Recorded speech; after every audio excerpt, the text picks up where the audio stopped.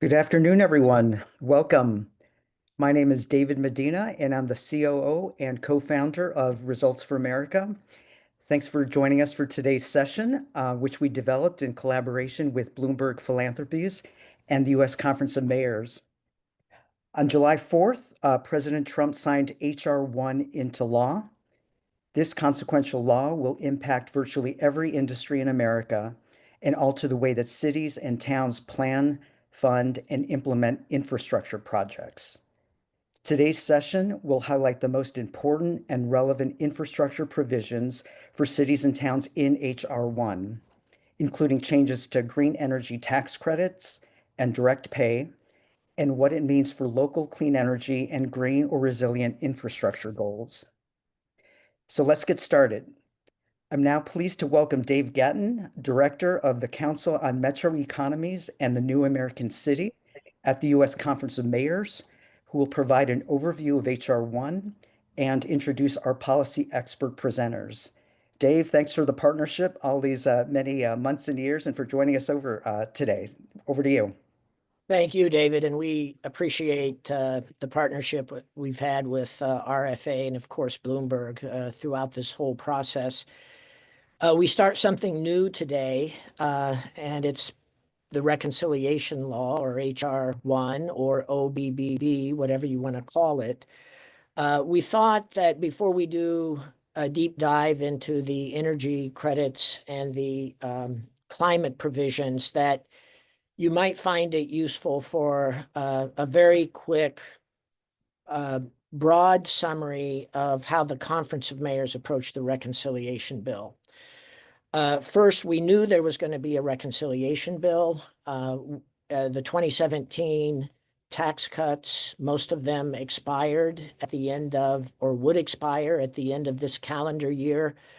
We knew reconciliation would be real because the Republicans controlled the White House, the Senate, and the House. That's the trifecta. That makes reconciliation bills particularly attractive because the Senate only needs 51 votes as opposed to 60 votes. We also knew, given this reality, that there would be probably some bad things in this bill. But at the same time, we had to get in there and make something of it and make sure that we protected certain things. So let me review just quickly what some of those are. I think our top priority was to protect the tax-exempt municipal bond market. That's a $4 trillion market. It funds almost all of our infrastructure projects.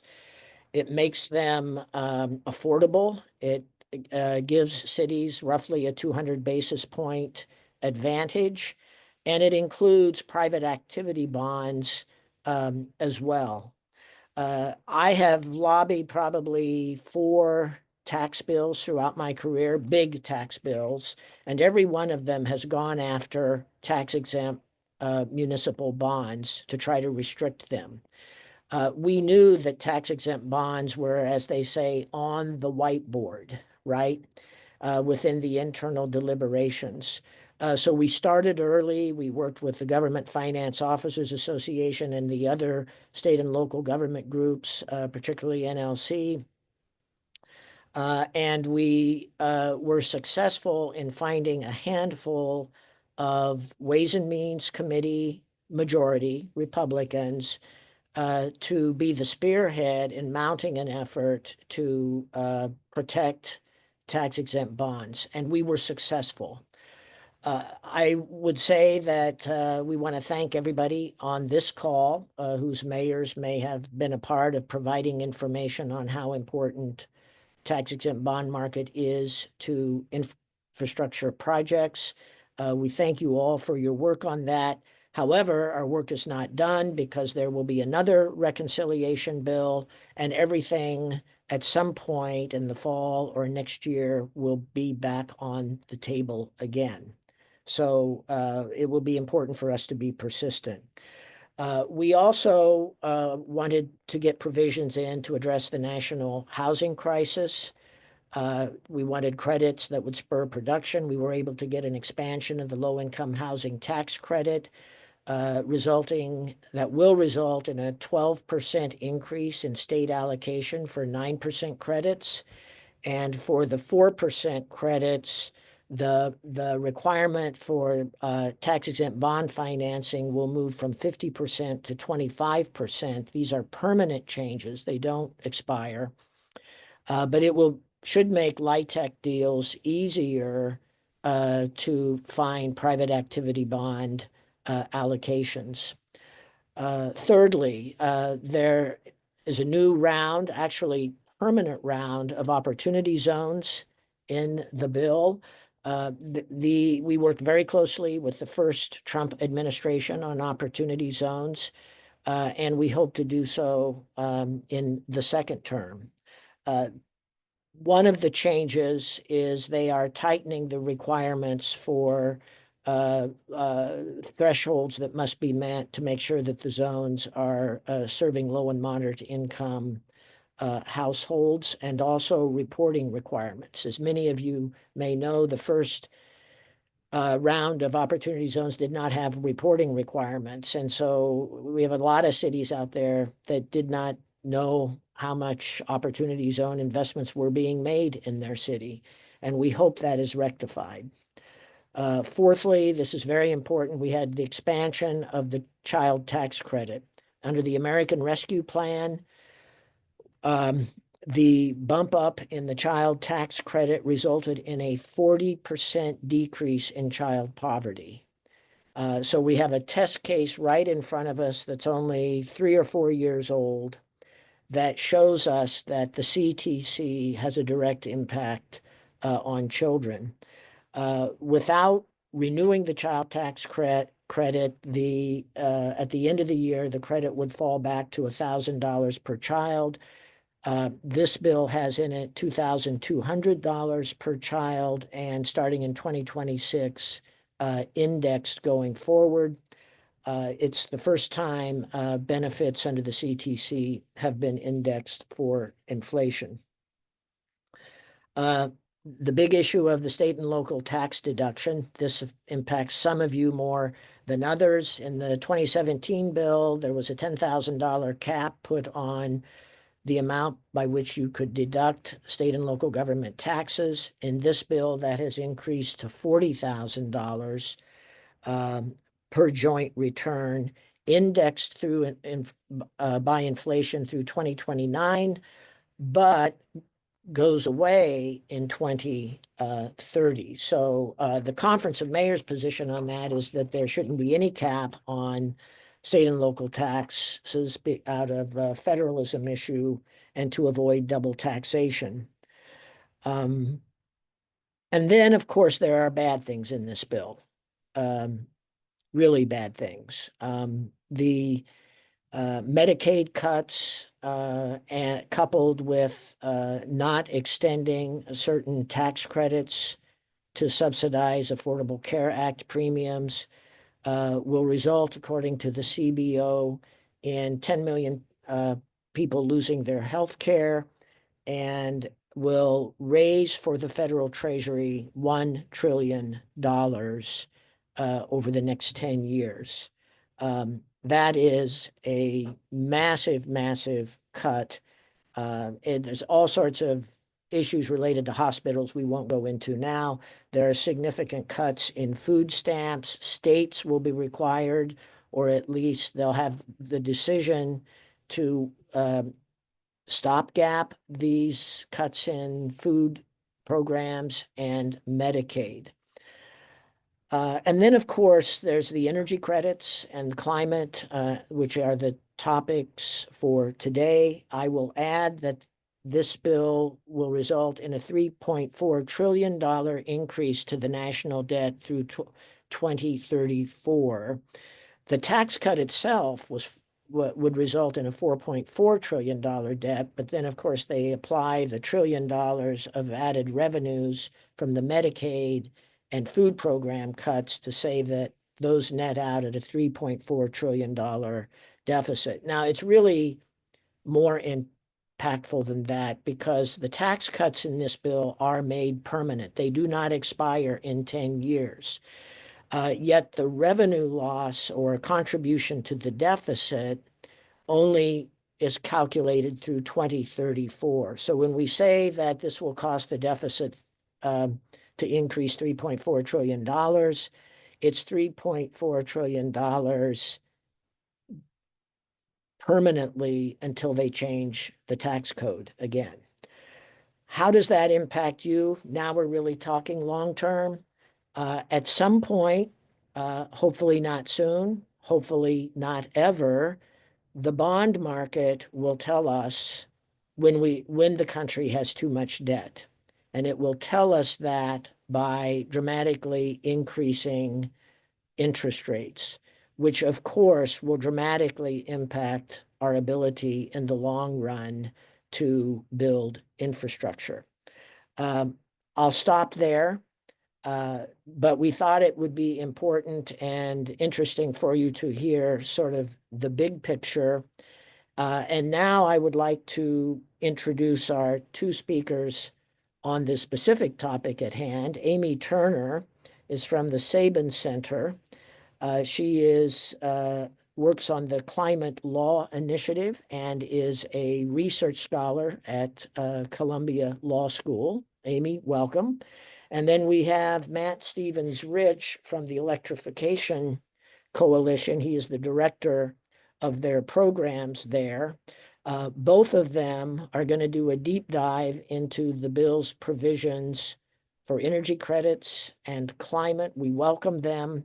And Jamie is going to come in from Bloomberg following this to hopefully manage a robust Q&A session after they speak. Welcome.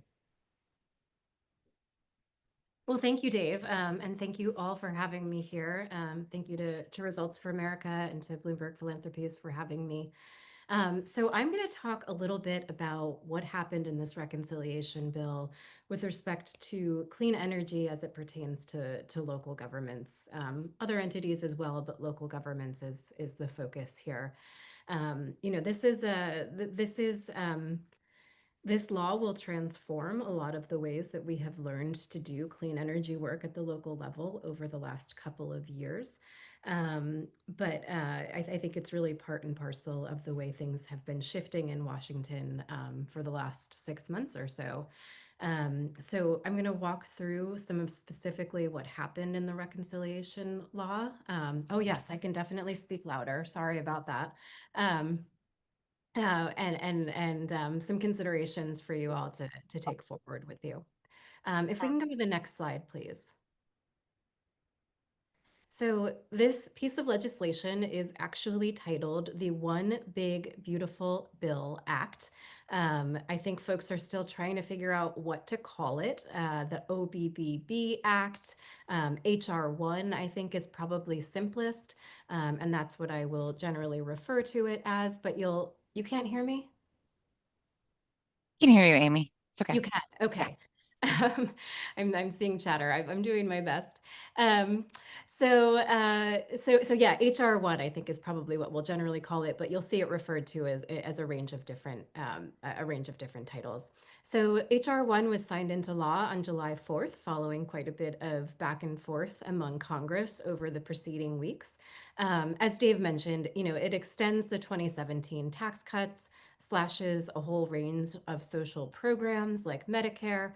It also makes really significant changes to clean energy tax credits and some federal funding programs in the clean energy space. And I want to just name right up front, it's been about 2 weeks maybe since this has been passed into law. I think advocates and experts are still very much parsing through how it's going to play out, what some of this means. So, Matt and I will do our best to tell you what we know, tell you what's out there, point you to resources, and be generally continuing to study and put out information on this law as time goes forward, because there's a lot in there, and a lot of what's to come, I think, really depends on decisions that agencies make going forward. So next slide, please. So one of the things that our community of practice has focused very much on over the last several years is elective pay for tax credits. Elective pay, of course, is the mechanism in the tax code passed in the IRA that allows local governments and other non-taxable entities like states and nonprofit groups to claim the value of certain climate and clean energy tax credits in cash. Elective pay, as well as a related concept called transferability that allows private parties to transfer tax credits from one to another, those things are not touched by H.R. 1. They remain the law. But the underlying tax credits are significantly impaired. So, effectively, we might have quote won on elective pay, but there's still, the ability to actually claim tax credits via elective pay has been significantly diminished by the underlying changes to the tax code that happened in H.R. 1. Next slide, please. So I'll dive into some of the specifics because I think this is really, what folks are most interested in. What do these changes in the tax code mean for, deadlines and other parameters around taking tax credits? So for electric vehicles, there's a commercial electric vehicle tax credit under Section 45W of the tax code, allows businesses and non-taxable entities to claim tax credits of up to $7,500 for small vehicles, $40,000 for large vehicles. This tax credit will sunset on September 30th of this year. So that's in about 2 months and 9 days. So effectively what this means is that, the reconciliation bill is looking to phase down the clean vehicles tax credit as soon as possible. And Matt is going to talk to you about what does that actually mean on the ground? What can we do in the next 2 months and 9 days? There's also an electric vehicle charging credit. It allows local governments and other non-taxables to collect 30% of the costs for EV chargers in low-income and non-urban area census tracts. That credit is being sunsetted on June 30th, 2026. So you've got about a year, a little less than a year, to claim the tax credit for EV chargers. Next slide, please. On the solar and wind energy side, this is where it gets quite a bit more complicated. There's ostensibly more time, but you're really very, very limited in how you're able to claim these tax credits. So there are two, kinds of tax credits at play with solar and wind energy. There's the investment tax credit and the production tax credit. The investment tax credit allows you to recoup a certain amount of the costs of your clean energy project. The production tax credit allows you to collect a tax credit every year for 10 years for energy that you produce with your project. Both of these are significantly impaired by H.R. 1. The tax credits ostensibly remain in place through December 31st, 2027, which is a significantly shorter amount of time than they initially remained in the tax code under the IRA, but still seems like, about 2 years to claim those credits. However, there are significant restrictions that kick in for solar and wind energy following the end of this year. So on January 1st, 2026, a kind of rule called foreign entity, a set of rules called the Foreign Entity of Concern, or FEOC rules, will take effect. The FEOC rules are quite complex. I'm not going to delve into the details of them, though I will point you to resources. But they essentially ask the taxpayer who is collecting the tax credit, or the non-taxable entity collecting the rebate via elective pay, to look very deep into their supply chain to make representations about where certain elements of their projects have come from, and in particular to ensure that elements of projects and financial assistance for projects are not coming from 4 countries, China being probably the most relevant one when we talk about the solar supply chain.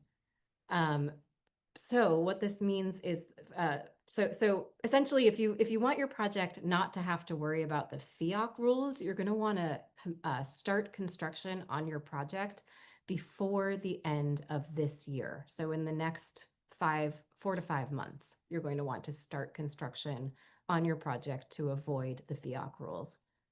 For projects that are able to comply with the FEOC rules, they are able to do that complex analysis around supply chains and financial assistance for their projects.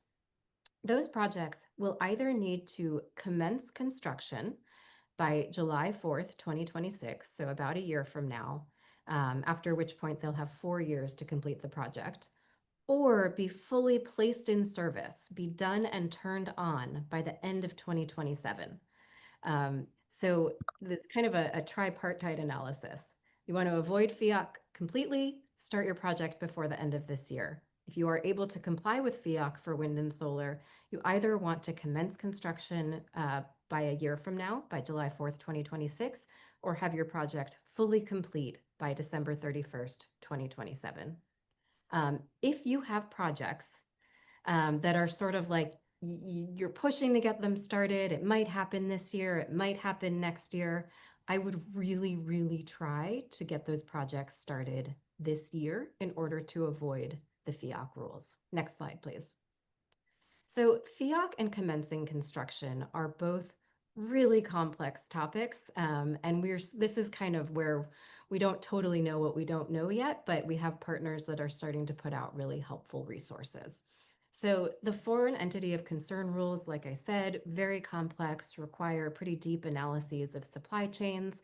The specific countries that are foreign entities of concern are China, Iran, Russia, and North Korea. But China, of course, is the country that is the biggest player in the solar and battery and other clean energy supply chain areas. We're expecting further guidance from Treasury on this, which sort of just adds to the confusion at this stage. We're not entirely sure how this is going to be implemented. I have found the best resources on FEOC to be from the NYU Tax Law Center, and I have linked to two resources from the Tax Law Center in these slides, and I believe these slides will be shared with you. If you are looking at a complicated project that you're not sure where to start with the FEOC rules, you can start with these resources, but you're going to want to get independent analysis. Commencing construction is also a pretty complicated concept. So there are two ways in which a project can, quote, commence construction. They can follow a physical work test, which means that just what it sounds like, there is significant physical work happening on the project. Or they can meet what's called the 5% safe harbor. So essentially, the project can have spent 5 or more % of the total cost of the project, and this is much more complex than I'm making it sound. Just these two simple sounding tests. This is something where, again, if you are sort of on the cusp of whether or not you are starting construction, you're going to want to get outside legal or other guidance to help you determine whether you have passed cost or the 5% safe harbor. Two really good resources, the Solar Energy Industries Association and Lawyers for Good Government, both have put out explainers on the commence construction tests and what the physical work test and the 5% safe harbor test really mean, and that breaks those things down. So I would point you to those resources as a starting point. Next slide, please. Things look a little better for geothermal and battery storage. Oh, shit. Oh, can everyone put themselves on mute, please? For technologies that are not solar and wind, what's kind of strange about the ITC and the PTC is that they specifically carve out solar and wind for this kind of worse treatment in terms of timeline. So for technologies that are not solar or wind, the ITC and the PTC remain in place in full through 2033. And then they do go down in value a bit, 75% in 2034 and 50% in 2035. But you have a much, much longer runway for projects that are not solar and wind. FEOC does apply to these projects. And, I think there's a lot of learning to be done around where the supply chains sit in technologies like battery storage and geothermal My broad understanding is that the battery storage supply chain, much of it is in China, but the industry may start to onshore that in response to HR1. On the geothermal side, the supply chain might be more domestic, but you're still going to have to do the FEOC analysis. You're still going to have to look at your supply chain and make sure that you're complying with FEOC rules. One interesting bright spot in all of this is that a different section of the tax code that contains the investment tax credit that's often taken for ground source heat pumps did not have FEOC added to it. So I think there's quite a bit more work to be done here to scope out what it might look like to do these very small, you could call them geothermal, but more like ground source heat pump projects. In a way that does not give rise to FEOC concerns. It would give rise to other, domestic content considerations and things like that, but it would not specifically give rise to the FEOC rules. Next slide, please. So there are a number of other tax incentives that are not eligible for elective pay that are also significantly impaired by HR1. Just like the commercial clean vehicles credit, the individual facing vehicles credits, both for new and used vehicles, phase out as of September 30th of this year. So you're going to have residents that are, scrambling to either get EVs before that date, or just you're not going to see the benefit of this tax credit going forward. There are tax credits for home energy efficiency and electric appliances, for rooftop solar, and those both phase out at the end of the year. So those are fairly popular tax credits that homeowners use to upgrade their buildings. There's a green housing tax credit that will phase out about a year from now, June 30th, 2026, and the commercial buildings energy efficiency tax deduction also phases out at the end of June of next year. These are not things that local governments would take directly, but obviously they significantly play into the decarbonization of the transportation sector and the building stock in localities. And so, that's going to be a loss for all of us that residents and businesses are not able to claim these incentives. Next slide, please.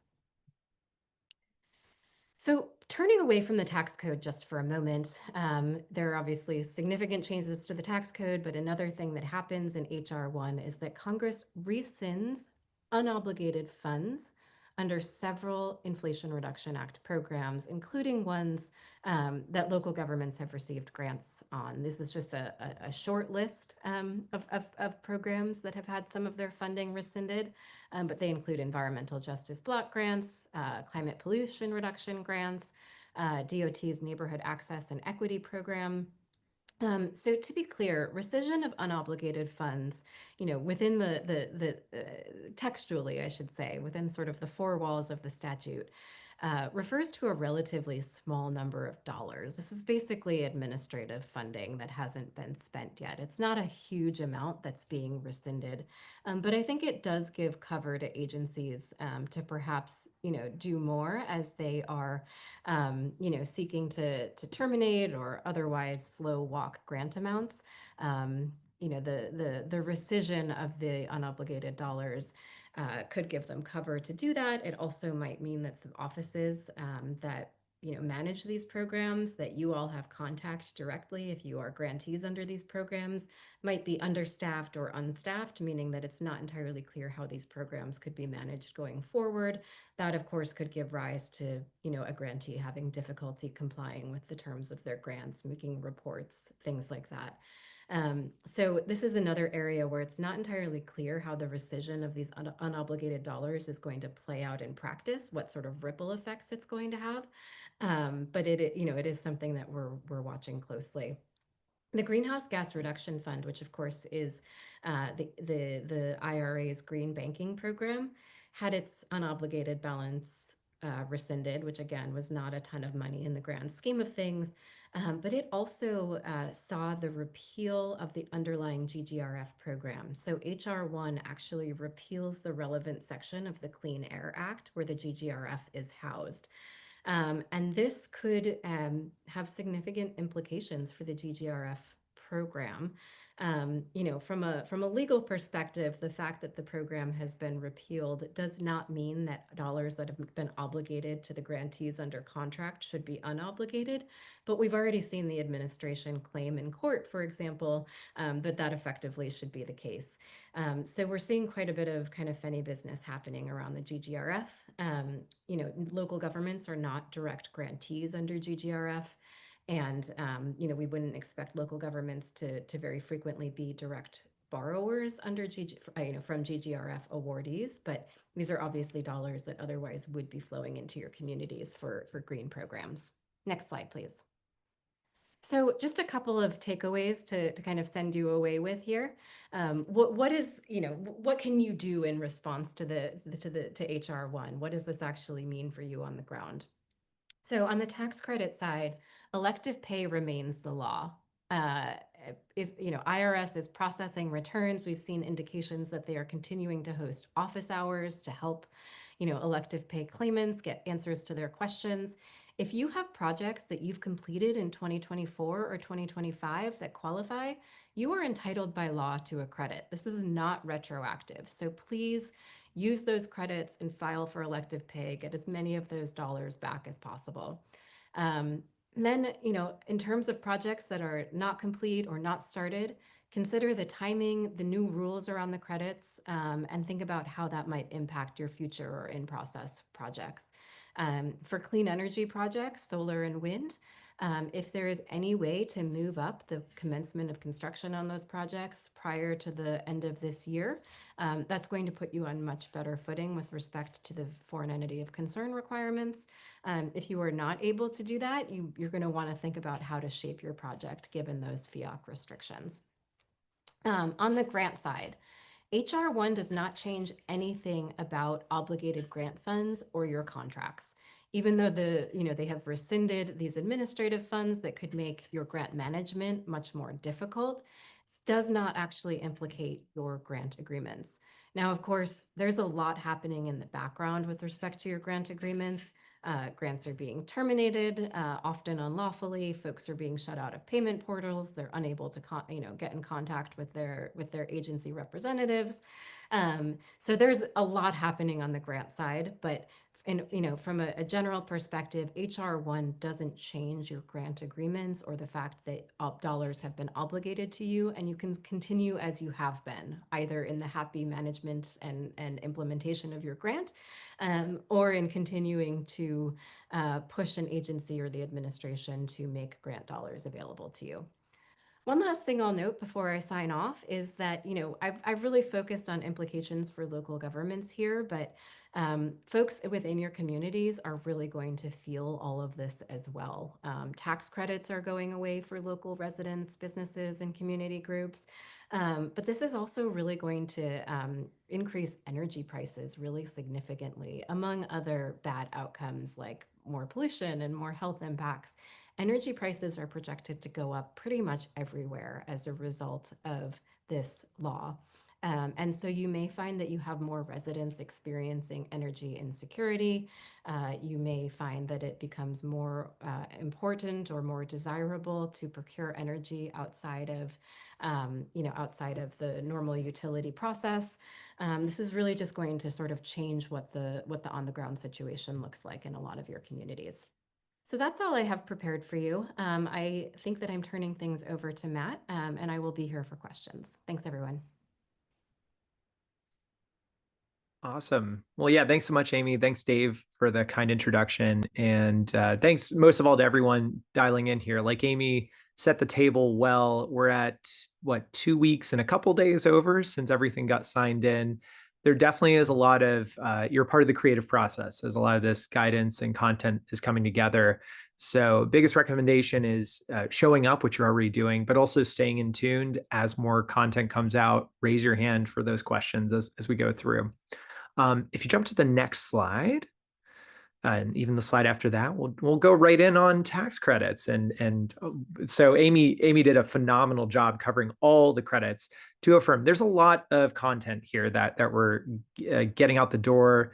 If I have some simplest takeaways to that, and just as we've also been threshing through, okay, what happens and when is that updated milestone? Above all else, we're just on an accelerated timeline for retirement programming. Even going in 3 weeks ago, there was chance that there would be some longer timing in terms of those phase outs. So just paying attention to that project, as Amy was affirming, if you have a specific project you've already deployed or something you're looking to still get in the ground or in service by the end of the year, take a look at if you can meet that accelerated timeline and updated timing. And the simplest next step, just in terms of, okay, great, I do have that thing.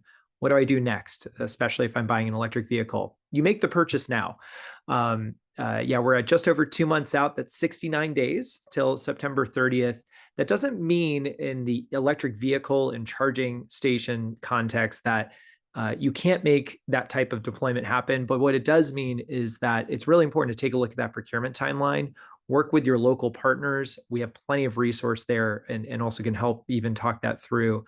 But above all else, making that purchase now is going to be the biggest priority. As we were covering in those slides, we're not just thinking about what's the date for when a tax credit program phases out, but also what do you need to do by then? What's the verb? What's the action that needs done? In some cases, such as for the personal EV tax credit, the new or used EV tax credit, you just have to make the purchase by September 30th. But for fleet-specific application, the 45W tax credit, we need to purchase and have it in service. So 2 action steps that need to take place there. We have a lot of, I have some QR codes I'll be dropping through these slides. We'll also be weaving links in the chat as Jamie's been dropping them in there. That's to say, above all else, affirming all the resource, all the things you would need to get started, it already exists. The best news of all, there are some updated guidance that we'll need to get out as a part of the 2025 tax filing year. That is, the forms don't exist yet. We will be getting updated guidance at the end of the year. But in terms of what you need to start moving now, that already exists. It's already out there, and there's great partners there to also even talk through your specific project. So the first link I'll point you to, it's called the Elective Pay Blueprint. It was actually funded through the Department of Energy, really focused at municipal needs and what they need to navigate all the respective elective pay eligible tax credit programs. So what Amy was covering, it was written between Electrification Coalition, Government Finance Officers Association, Lawyers for Good Government, and World Resource Institute. So it was a bringing together of the brain trust across all of our specialties to make one singular document to navigate how you would be, what forms you need to file, how you would be navigating that and proceeding that way. So QR codes there. We'll also drop the links in the chat as we're going. On the next slide, we'll jump into the often asked questions, and that's to say this is a dynamic slide, as we've been presenting it a couple of times over, and we continue to update this, especially with just those off the bat questions on, okay, I do have an electric vehicle, I have a charging station that I'm looking to deploy. What do I need to do, or those types of things? So first thing, as Amy was sharing in the who is eligible to file and apply, again, elective pay, also known as direct pay, it's eligible for all public and nonprofit entities eligible to file. The tax credits, if they're also fully fileable for a private fleet as well. So in terms of who is filing in terms of that for elective pay, we're still going to be really focused on municipalities, nonprofit entities, but even state agencies or other types of transit authority and others alike. The what does in service mean? Amy alluded to this a little bit in her introductory comments. It is loosely defined. So this is specific to the 45W tax credit. Again, we need to have the electric vehicle purchased and in service by September 30th. We've never gotten a specific clear definition, but ideally, so to set a bar of if you can do this, this is really great and really makes it a very easy paper trail. Ideally, we want to have documentation of your vehicle being in possession or on the books, as it were, for the fleet by September 30th. What that looks like is it can be anything from, if you have the vehicle being shipped to you, it is a signed off receipt that the vehicle is indeed delivered, or even paperwork coming from the dealer or whomever you're purchasing through. I share this as examples of this isn't necessarily the letter that you need to be meeting, but we need some type of documentation to prove not just the purchase by date, but also the taken delivery of. if you're looking at a project that maybe it's coming in right on that September 30th date, or it's like a week out from that, and you're just seeing that date and that's a little bit irksome, or you're trying to just make sure you're mitigating all possible ways to be sure you hit that, give us a call. We have a couple other options that we can definitely talk through. For instance, there are ways you can take delivery of that or be sure you have it on your books ahead of the September 30th date, even if it's not on property. And these are ways that fleets often sometimes have to manage insurance issues or other types of liability concern. So it's, as can often be the case, there can be a case-by-case basis here. So more than happy to connect and talk through your specific project and what you're looking at in terms of making sure you can show that vehicle as in service. I was sharing the story with Jamie earlier on. We've even worked with some fleets where they had to drive the vehicle physically to their location. That indeed is taking it into service, even if it's not in territory. And also too, what risk do you have? If I guarantee my tax return is a very fair question to be asking right now. While tax returns, grant programs, and other incentives are not necessarily 100% guaranteed, we can definitely affirm the sooner you act, the greater the likelihood that you're able to maximize your tax credit. And also to affirm, as we've continued to work with municipalities using the elective pay program throughout last year and this year, I am glad to report those rebate checks, those reimbursement checks have continued to be received even past January 20th. If there's the honest holdup, it's that the IRS is slow to still process. So often it's just a delay on their side for that processing. But again, a lot of great resource that already is out there and happy to guide through. On the next slide, a couple other links to point to. So again, back to Elective Pay Blueprint. Some of the comment questions dropping in the chat, it's everything from annotated tax forms or even just that step-by-step guidance. Again, I will gladly point back to Elective Pay Blueprint, but also on the next slide, specific to the EV and charging tax credits, over on our main webpage for the Electrification Coalition, we also have annotated tax forms and flowcharts for if you're purchasing EV or charging tax EV projects. Something that's already been mentioned, gratefully, these projects, while they are first up for phase out, they are gratefully straightforward versus the more complex renewables or storage type of projects. But there are still some decision points that need to be made, and also being sure you're filing out the correct paperwork. So again, we have updated guidance there through tax filing year 2024. We will create new updated guidance for 2025 as that becomes available and as we get those flowcharts. But that's to say, always happy to talk through any specific things. Biggest thing to take to your team, we need to be sure we're getting that purchase done for vehicle tax credits before September 30th. And we also have to have our plan of action for how we're going to document it as in service.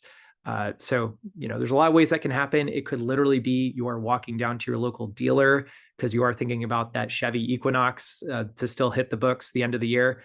Go buy it, go take delivery of it, drive it back. Congratulations. That is a very fileable tax credit. But again, acknowledging there might not be a local dealer with in-stock inventory.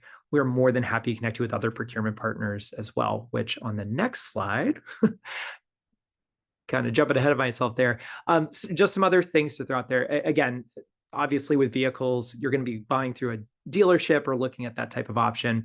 If you're feeling stuck or not knowing exactly how you need to fulfill that, here to help. We run a program separately, but totally inserts here nicely, called Drive EV Fleets. It's a cooperative purchasing platform. So we run it with our partners over at Sourcewell that many might be familiar with, who is a government purchasing agency that works nationally.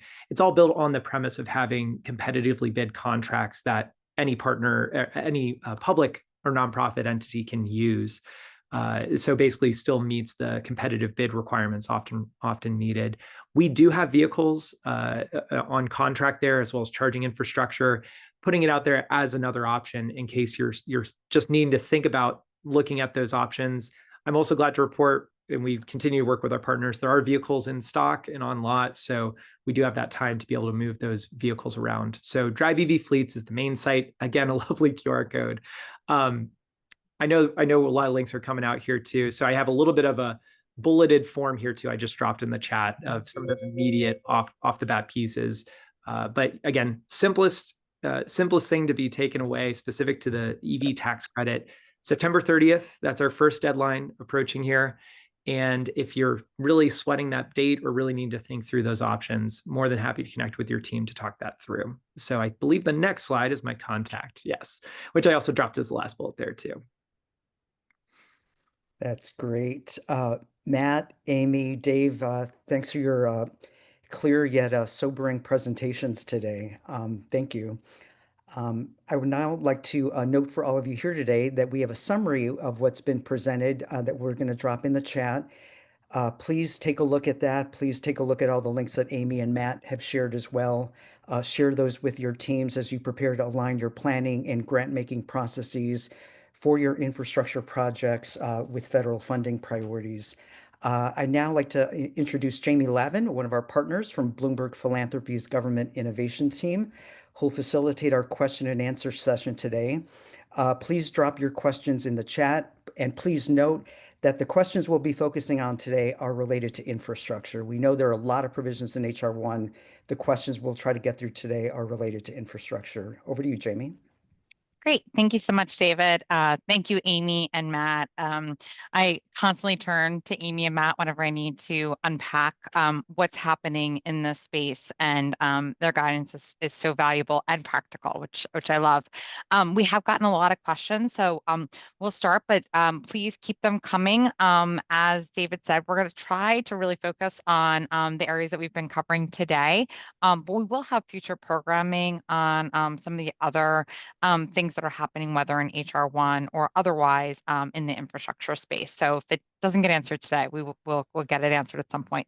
I think the first question I saw was from East Providence, and it touched on something, Amy, that you discussed, which is those funds that have been rescinded under the Act. Their city received an urban and community forestry grant. Congratulations, has been managing it. And they asked whether unobligated funds from that program would be rescinded as part of this law. I think you touched on it, but if you could just, maybe being able to distinguish between those that have a fully signed grant agreement and those that don't. Sure. Well, after I finish answering this question, let me take a minute and pull up the list of programs that was impacted, because I just don't have the full list in front of me. But in general, so, funds that have been, obligated by contract should not be caught up in this unobligated rescission. So if you have a good contract that says, that you are granted this much money, that should not be impacted here. What I think this opens the door for, and it's not within the four walls of the law itself. What I think this opens the door for is kind of a lot of funny business around whether dollars that have been challenged in some way, right? Your grant agreement has been terminated, you think unlawfully. The agency goes through what it says to be a process to deobligate dollars, whether or not that's really what it's supposed to do. There's just a lot that is going to play out here in terms of like what the end goal is with this rescission of unobligated dollars. So I don't have like a super satisfactory answer for you here if you're in a position where your grant award has been terminated or challenged in some way. All I can say is that, from a legal perspective, the rescission of unobligated dollars, I would not think would impact those contracts, even if they're in some liminal state. But we're not in sort of normal times where I can give that answer with any amount of confidence. But maybe Jamie can ask the next question to Matt, and I'll pull up the list of programs just to double check whether urban and community forestry was on there. That's great. Thank you. So one of the questions or comments, I should say, that we got from Nikki Vandevort, thank you, Nikki, was whether you need to get the vehicle's registration date as a way of placing a vehicle in service. Yes, and thanks for flagging that, Nikki. I responded to that into the comments too. Yes, as a part of the filing process, there's an online portal that you file on the IRS web portal. So again, here to help, especially if this is the first time that you've been navigating that but you would be filing that online, and you do need the vehicle identification number that you'd be filing for that. So more than happy to connect on if you're getting stuck on what to file in there. There's also some additional filings there too. The flow charts that I mentioned, we also talk about that there too, just to be sure you're gathering all the detail and then that lining that up with the different forms and intake that's needed too. So yes, you do need to, above all else, need to be sure we're purchasing before September 30th, not trying to file for all these things, or rather make purchase orders after the 30th. There's some time there for filing that, but the urgency at this point is just that September 30th date for being sure we make the purchase order and also have it in service. And Matt, I hear you keep saying purchase. We got a question whether a leasing is eligible for the EV credit. Yes, leasing is eligible. You just need to make sure we know who is filing for it, because your dealer also can file for it too. But yes, lease is also eligible for that too. And do you all, Matt, have any resources, or are you putting together any resources that are sort of resident facing about those residential credits that you also mentioned in terms of people buying EVs for their home? Yeah, we usually stay on the fleet side, so public and private fleet side of the implementation and technical work. So yes, we are getting that alert out as well. And we gladly also point to Plug in America. Our friends over there work more on the consumer side as well as Forth. There's actually a lot of good content getting out on the residential side. That is more open and shut. It is just a purchase that needs to be done. And gratefully, that tax credit can be dealt with right at the point of sale, so the dealer can file for it. So it's a more straightforward case for that consumer focused purchase. Amy, okay if I turn back to you? Yes, go ahead. Okay. So we got a few questions on FEOC, and I know I'm not gonna push you to answer FEOC questions, but maybe we'll sort of put those out there, and we can talk about what we are able to answer now, and what we would suggest people seek other counsel for. We got a question: is it reasonable to expect an RFP process could include that solar installers meet FEOC rules, or are the FEOC rules expected to be too stringent for most solar suppliers to meet? Otherwise, they would need to move ahead without an RFP process, which would make them uncomfortable considering public procurement rules.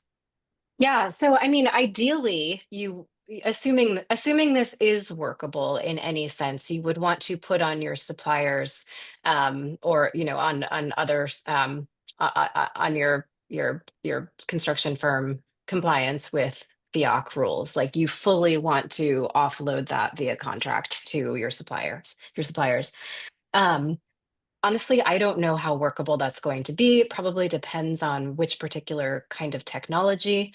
Obviously the solar and battery supply chains are pretty deep in China, but other technologies may be less so. It's really hard to say at this early stage how this is all going to play out, particularly if some industry players are looking to onshore some of these operations to make them more FEOC compliant. But to sort of put to answer a question you didn't exactly ask, but are getting at, like, ideally you are putting this on your suppliers via contract. And I guess to that vein, let's just maybe one more time talk about that. If a project is if you've already figured out your suppliers, right, and you already have a project underway, you still have to meet those FEOC rules. So if you have commenced construction before the end of this year, then no, the FEOC rules do not apply. And so that's where you want to pay really close attention to those resources around what commencing construction means. For example, if you are looking to satisfy the commence construction test via the 5% safe harbor, that is spending 5% of the project costs, you're actually going to want to spend 8 to 10% of those project costs, significantly over 5. In case you have cost overruns in the end, you're going to want to be able to say that you spent 5% of the total project costs, not just your projected project costs. So you're really going to want to look very closely at those commenced construction rules to make sure that you can say you have commenced construction before the end of this year and just keep yourself fully out of FEOC territory. And if I can chime in a little bit, it's a tangent, but something we've also been as we work with municipalities, it's they're buying the EV, but they're also looking at that solar deployment or others. Um, Again, just a reminder, some tuning in maybe already are working with this on federally funded projects where it's the same thing of being sure you're under performance or thinking about how how you schedule out your spend. So to all of Amy's insight, think about that moment too of there's staffing overhead, other types of costs that you can also be sure that you're adding into that also can add up to that 5% piece. So I volunteer that in case you do have a grant team or another deployment already underway. You might already be broaching this just in the being sure a project is under performance that was federally funded. And there could be some of that same deployment tactic to be used here too. Great. And before we ask what I think will be our last question, just 'cause we're starting to run up on time, we are going to launch a poll. In this poll, you all will see that in addition to asking our usual, how do we do today? We also want to know what support you need. You know, Matt and Amy have been so generous with their and their organization's time and expertise. We have a whole consortium of partners who are just deeply, deeply committed to this work, to helping you all make progress on your climate action plan goals. We know that a lot of these credits fit into those climate action plan goals. And so please do take us up on it. If you ask for help, we will reach out to you and say, let's get you connected. Please respond to us then and let us know what we can do to make sure that you get the resources that you need to be able to put these funds to work. So the last question, Amy, Francis Donahue asked if FEOC only applies to direct pay or more broadly to government-funded solar projects. Yeah, so it does not apply just to direct pay. It applies to certain kinds of tax credits, namely the ITC and the PTC for zero emissions clean energy projects. It's in the tax the section of the tax code that relates to those tax credits. Specifically, you are then claiming the tax credit via elective pay, but it's not that FEOC applies just to direct pay. Frankly, if it applied only to folks that claim direct pay, it might be easier to manage, right? Because now the fact that it applies to everyone means that everyone is going to be competing for the same very small sliver of the supply chain that is not based in one of these 4 countries. Awesome. Well, thank you both so much. I'm going to call for the slides. We just added a slide in. In addition to these webinars, we have been running boot camps for small and medium-sized cities on direct pay because it's not a competitive program. We've been running those for cities of all sizes. We also heard from a lot of people that a long-term boot camp doesn't work for their schedules, for their calendars, and frankly doesn't work with some of these expedited timelines. And so we are now going to be offering both a selection of boot camps specifically focused on grant implementation. As Amy's been highlighting, grants are a really tricky place right now, and we know that there's a lot of shifting priorities and requirements, and so helping to support you on those types of things, but also on just the bread and butter of federal grant implementation, which can be hard. So we're launching a grant implementation bootcamp. We also are having workshops, including a workshop on direct pay and how to make sure that if you've done any of these things, if you've put something in service in this year, that you file and get your credit. And so we're going to be we're registering for those now, and those will all be happening throughout the fall. And with that, I will turn it back over to David. Thank you. Great. Thank you, Jamie. Thank you, Dave, Amy, and Matt for your presentations. And thanks to everyone for joining us today.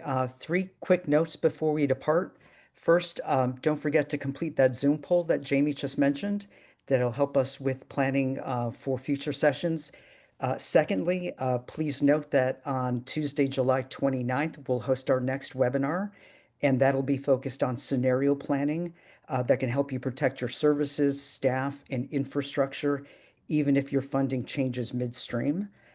You can register for that webinar in the chat. And last but not least, all of the materials that we talked about today that we shared in the chat, you can also find on our website, localinfrastructure.org. So thanks for joining us today, and we hope to see you next week.